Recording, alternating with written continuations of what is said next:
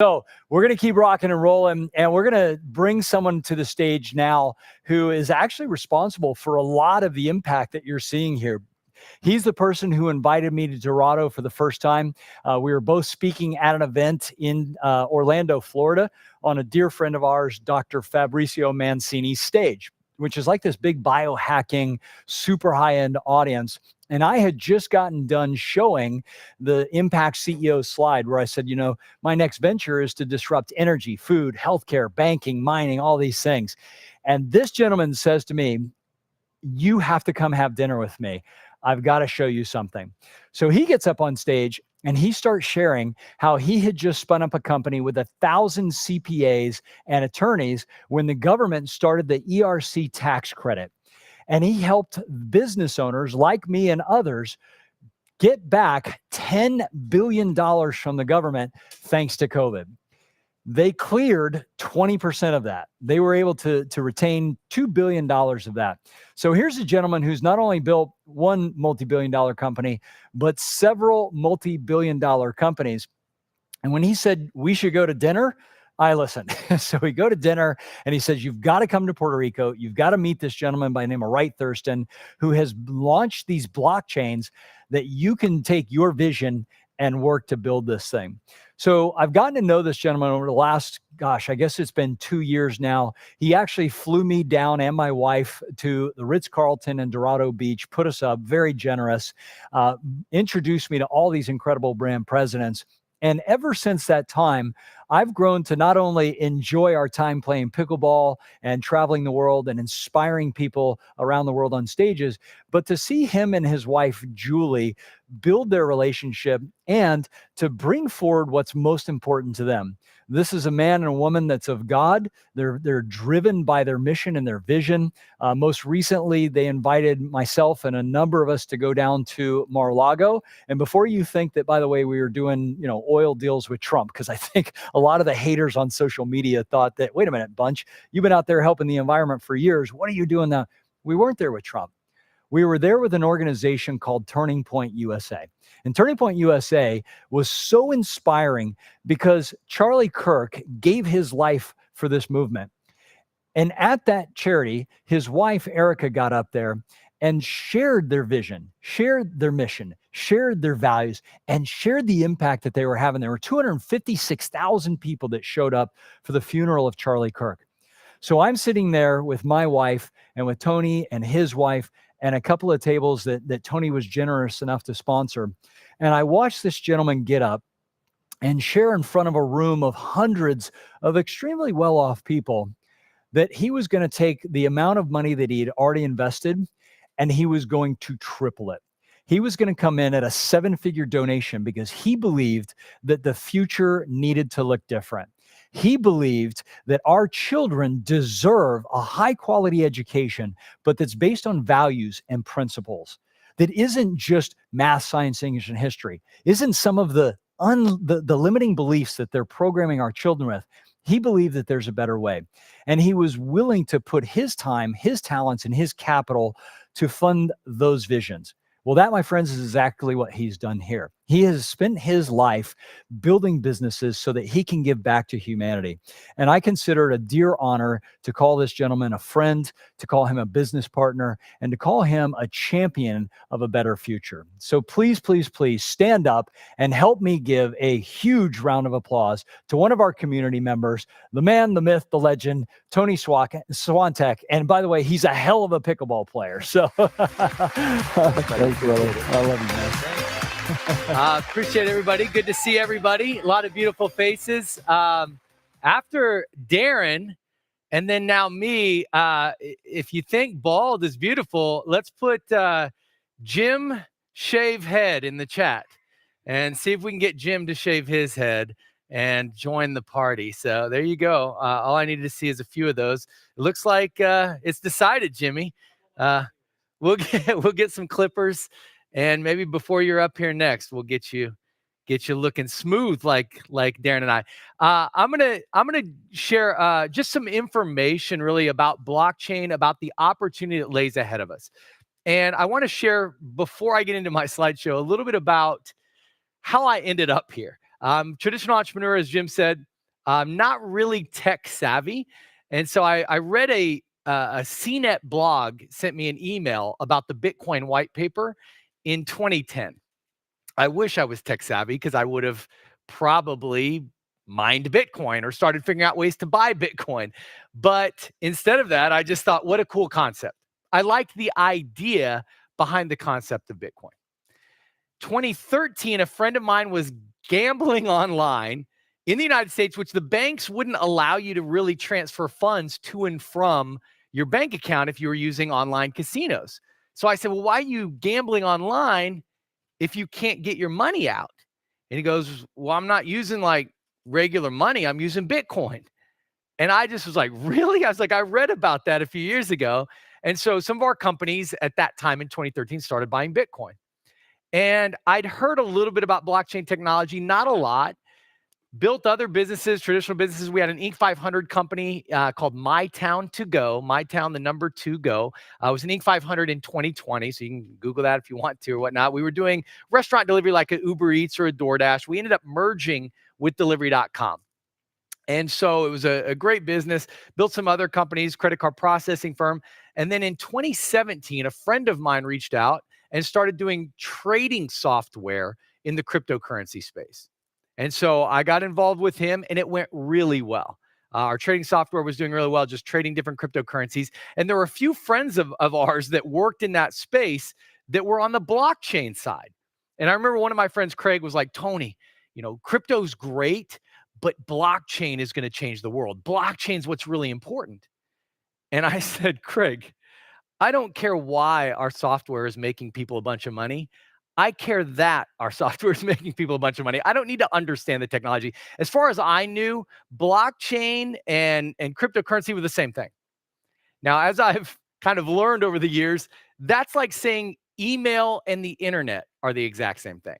Certainly, you use the internet to send email out, but you can do a heck of a lot more than send emails using the internet. Obviously, you guys are all here as living proof. We can use the internet to do a lot more than just send an email. And we appreciate you using the internet to share some of your time with us, to learn a little bit more about what we're working on. And for those of you that are brand new, I want to share with you how you could position yourself to benefit financially from blockchain and the Web 3.0 shift that's getting ready to happen.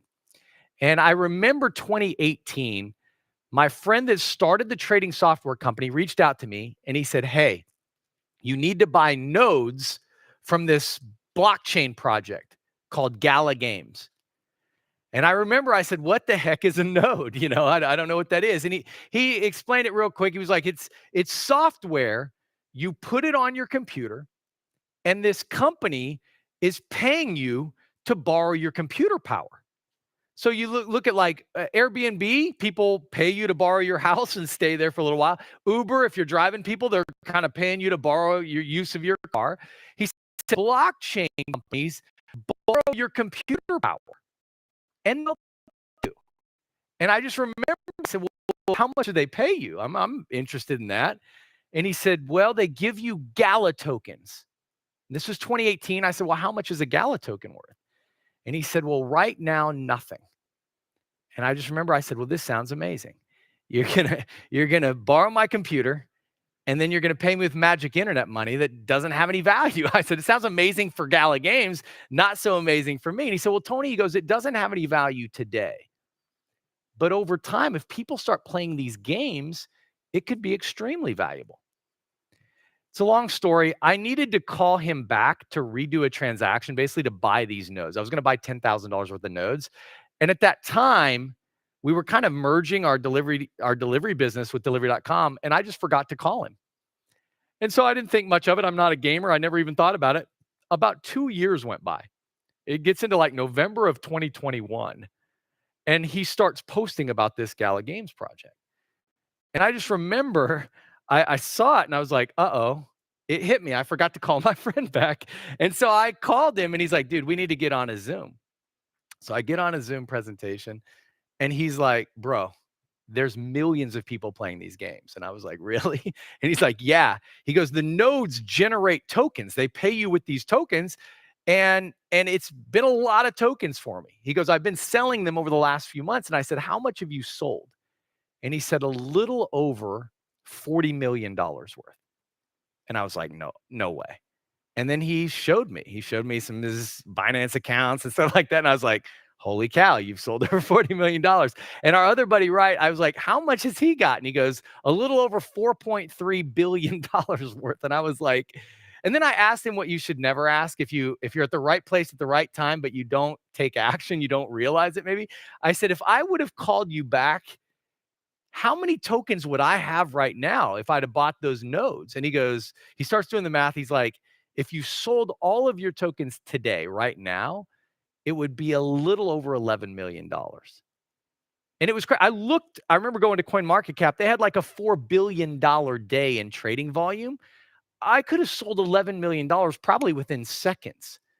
And what's probably even worse for me, if I would have called him back 5 years ago, it was over 5 years ago now, today, while we're having this Impact Summit, if I would have called him back and had those nodes right now, it would generate $20,000, $30,000, $40,000 a month in tokens. And so I chalk that up as a missed opportunity.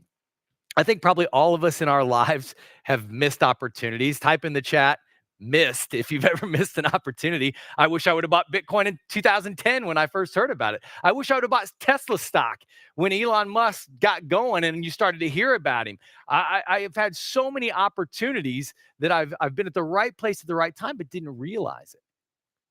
Now, about 2 more years go by. We're in October of 23, and my friend Wright reached out to me, the one that had helped start the Gallup project, and he said, listen, we want you to help us drive revenue through our blockchain projects. And I remember we were busy. We had just gotten over 1,000 employees and contractors in our accounting firm. We had just, I think, hit at that time just over 10 billion in tax credits filed for our clients. And so I was like, listen, I'm really busy, but I had watched what they had done in the past, and I wanted to see what they were doing towards the future. And so I remember going out to Las Vegas, and they shared with me their vision. And at that point, I remember they were talking about blockchain, Web3, and they started to educate me on really what blockchain is. And I started to dig in for the next 2-3 months. I read everything, watched every TED Talk. I called my friend that I'd made fun of, Craig, where I was like, I don't care about blockchain. All those years ago, I was like, Craig, you remember how I made fun of you trying to explain blockchain to me? He was like, yeah. I was like, can you explain blockchain to me, please? And he was like, okay, I'll explain blockchain to you. And so I want to go through, for those of you that are brand new, and I saw in the chat earlier, there's some brand new folks. I want to go through, if you're new to blockchain, or even if you're an owner, but you're new to blockchain, just an idea of what blockchain is and how it's going to affect the economy around the world, governments around the world, and our interactions around the world. If you look at society as a whole, there's been a few breakthroughs that I would say have closed gaps between kind of the haves and the have-nots, so to speak, that have shifted society forward and literally helped us leap into the next generation and the next generation. And I think one of the first gaps I could look back to is what I would call the knowledge gap. And if you think of the knowledge gap, back in about 1440, the mid 1400s, a gentleman Gutenberg created the printing press. And prior to that happening, if you weren't royalty, if you weren't nobility, you weren't reading books. You didn't have access to knowledge, to books. And the printing press changed all of that.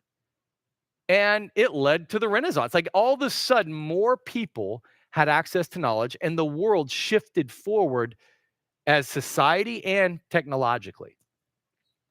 If you go into like the 1860s, you'd have the combustion engine, which I would say that closed the power gap. Out of Austria, Germany, they created the combustion engine. A few different inventors are kind of credited with making it and kind of advancing it. But prior to that happening, if you didn't have oxen or horses or mules, you weren't developing land hardly at all. And then here comes this breakthrough that closes that power gap.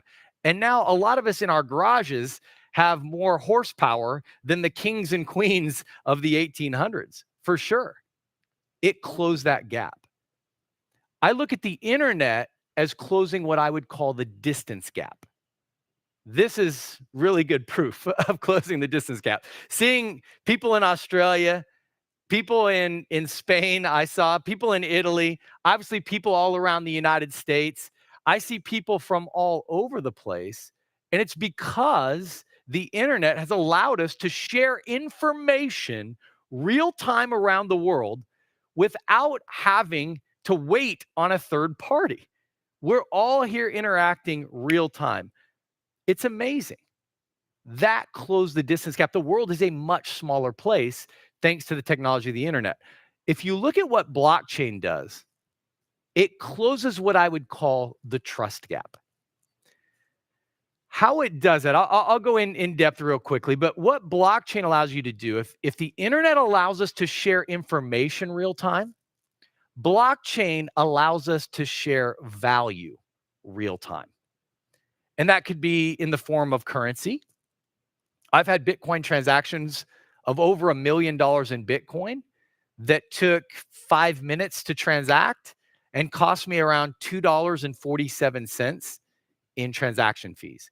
I've had bank wires that have taken 5 days before they hit an international bank account, cost me $60 for an international wire. I've had it charge the person I sent like they had an incoming international wire fee of like $30 just to send money. And you have to have third parties involved. I had my bank at that time, Wells Fargo. They had their bank in China, and it's like, all right, here we're sending money. Here my bank's going to get with your bank. It's not even me sending them money. It's my bank sending their bank money, and then their bank crediting it to his account or her account, and my bank pulling it out of my account. It's these third parties. And blockchain removes the need for those third parties. How it does it is through decentralization.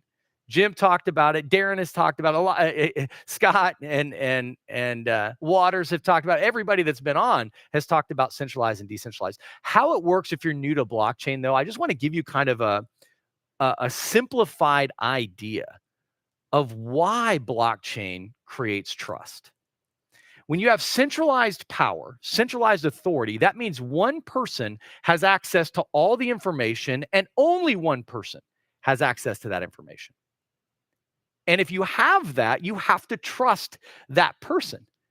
That's why we don't usually trust that person. Think of like banks. We don't even trust banks to be that third party. Every bank you walk into, anywhere in the world, they have SWIFT audits if they're international.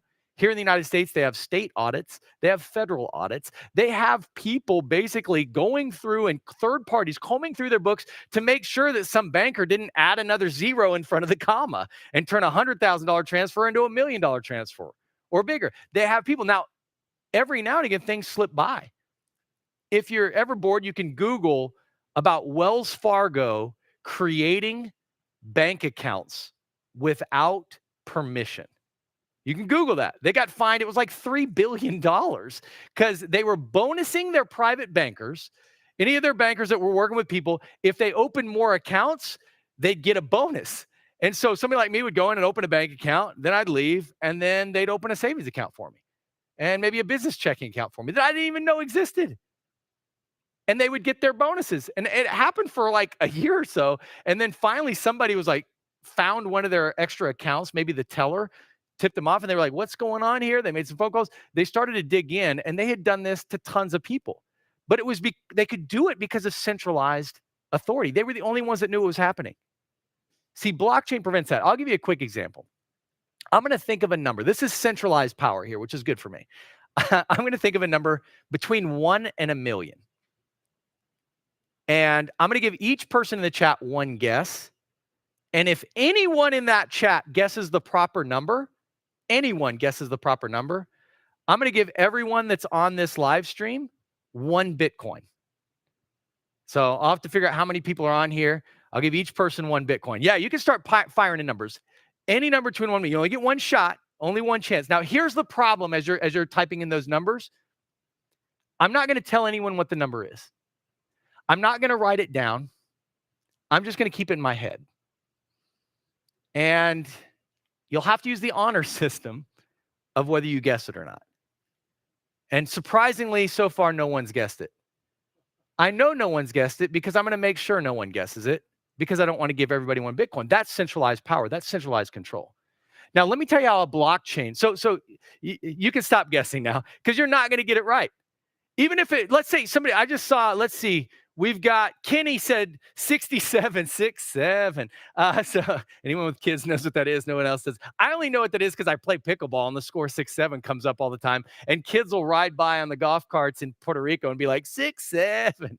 So let's say I thought of 6-7 and I see Kenny. What I would probably say is, oh, you're so close, Kenny. It was 68. I would make sure no one had picked 68. Now, I had changed the number. Only God and me would ever know that I changed that number.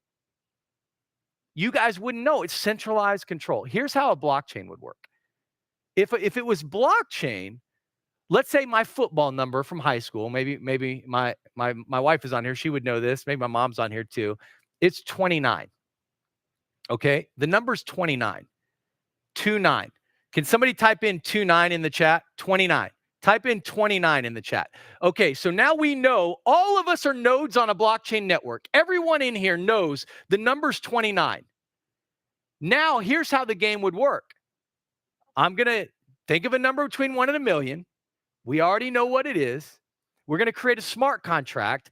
All of the Bitcoin, let's say there's thousands of people on here. I have thousands of Bitcoin that goes into an escrow wallet, and it sits there.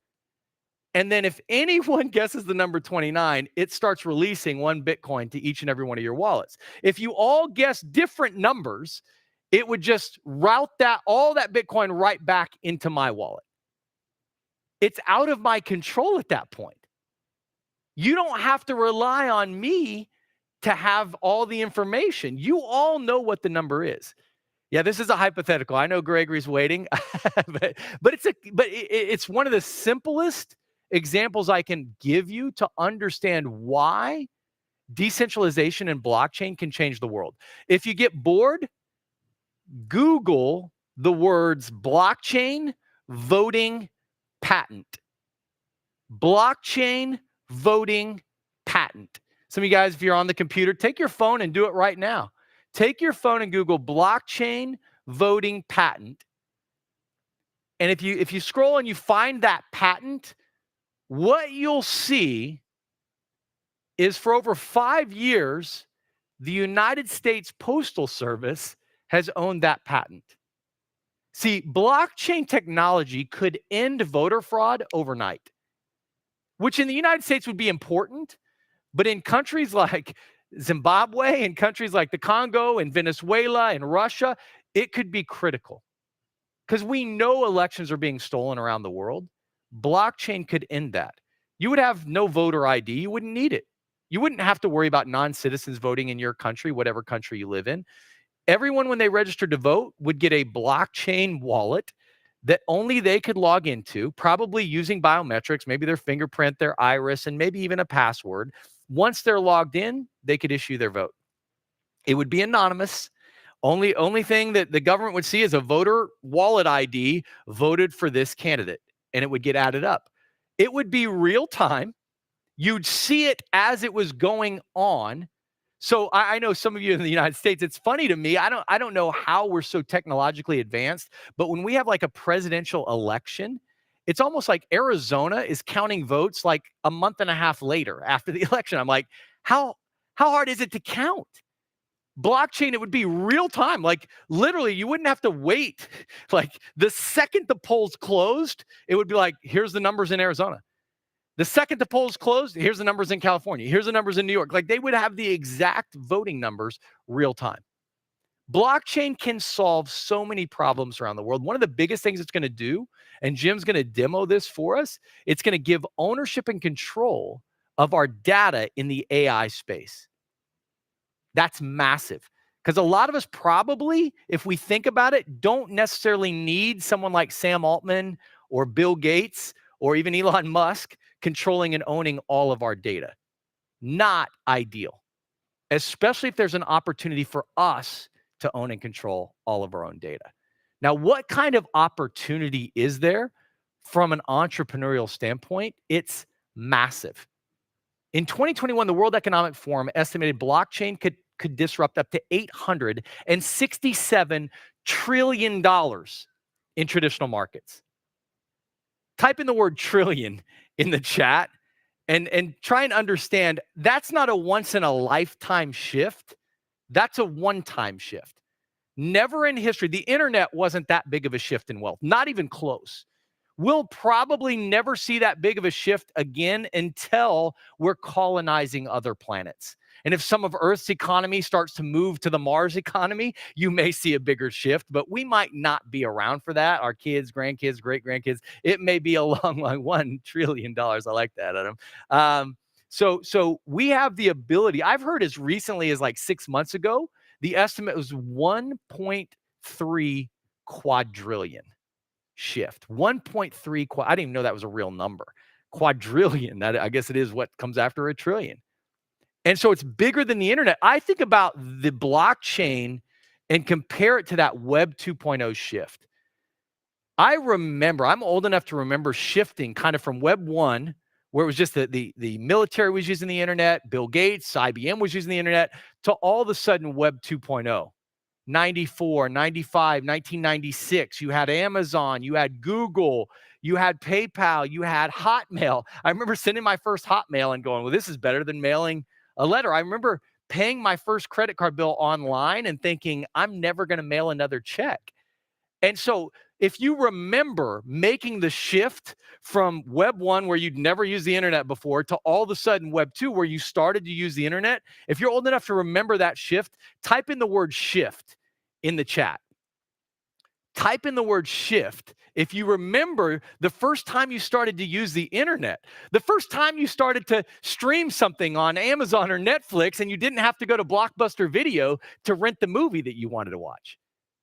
If you remember that shift, understand this. My opinion, and a lot of people much more intelligent than me, people like Elon Musk, believe that the shift into Web 3.0 and blockchain will be far larger, far more opportunity than the shift from Web 1 to Web 2. Now, not everybody's big on the cryptocurrency side. You can look at a value investor, somebody like Warren Buffett. He says, it's ingenious. He's talking about blockchain. It's ingenious, and blockchain's important, but Bitcoin has no unique value at all. It doesn't produce anything. You can stare at it all day and no little Bitcoins come out or anything like that. Like, he doesn't like it as an investment. Like, he doesn't like cryptocurrency. He likes blockchain, but he doesn't like crypto. Now, I think he's right with the problem with most cryptocurrencies is their ideas. Their ideas. Here's what we're going to do. Here's our ICO. We're going to buy our coin. We're going to build this. We're going to do that. And then they never do it. They sell their coins. They make a bunch of money. They call it pump and dump. They dump those coins onto the market. And then anyone that bought into their vision, bought into their idea, it never comes to fruition. They didn't even plan on bringing it to fruition. What we've done is the opposite. We build the products and the services first. And then after we've built the products and services, we start to bring people into the marketplace and go, hey, instead of using Zoom, use our link. Instead of paying for your power bill out of the pocket, use Green and get paid to pay your power bill. Instead of not knowing what you're putting in your body, use Grow and get QR codes so you can see what that cow ate, what that chicken ate, where they were raised, what went onto those vegetables, any pesticides, any herbicides. You can learn and see exactly what you're putting in your body. So we're creating real world assets, real world services. And that's something that Warren Buffett talks about as well. He says, invest in companies you believe in. He believes in Dairy Queen. I don't know if you guys know Warren Buffett, Berkshire Hathaway. He likes Dairy Queen. He believes in it. He invested in it. And what I love about our projects is we create real world assets, real products, real services where people can see tangible value. And I'm not saying that's better or worse. Bitcoin's not built for some kind of revenue generating asset. It was built as a transactional network. It's not even that really. I don't buy Bitcoin to use it. Our companies didn't buy Bitcoin to use it. We bought it because we felt like it was undervalued and it would go higher and higher in value. Now, I could be wrong. Our companies that have bought Bitcoin, we've never sold. None of our companies have sold any Bitcoin ever. When it hits $1 million a coin, we'll start to sell some of our holdings, some of these companies. I don't know if it'll ever get there. I hope it does. Michael Saylor thinks it should go to like 18 million or whatever. I don't know. It's fully speculative. But when we're talking about real companies that drive revenue through the blockchain, it's not speculative anymore. See, if you've seen some of these projects and they've kind of hit you where you're like, that makes sense. I like that. I want to be a part of that. Then you can become a community member. You can become a node owner. You can purchase NFTs and own tokens. You can do all of those things. You can do one of those things, none of those things, or all of those things. Because we tie into revenue. We create a flywheel that uses blockchain to tie revenue into the value of a token. This flywheel is pretty simple. You have what we call proof of action. That's a lot of people, normal people like us, as entrepreneurs. How do we position ourselves in this $1.3 quadrillion shift?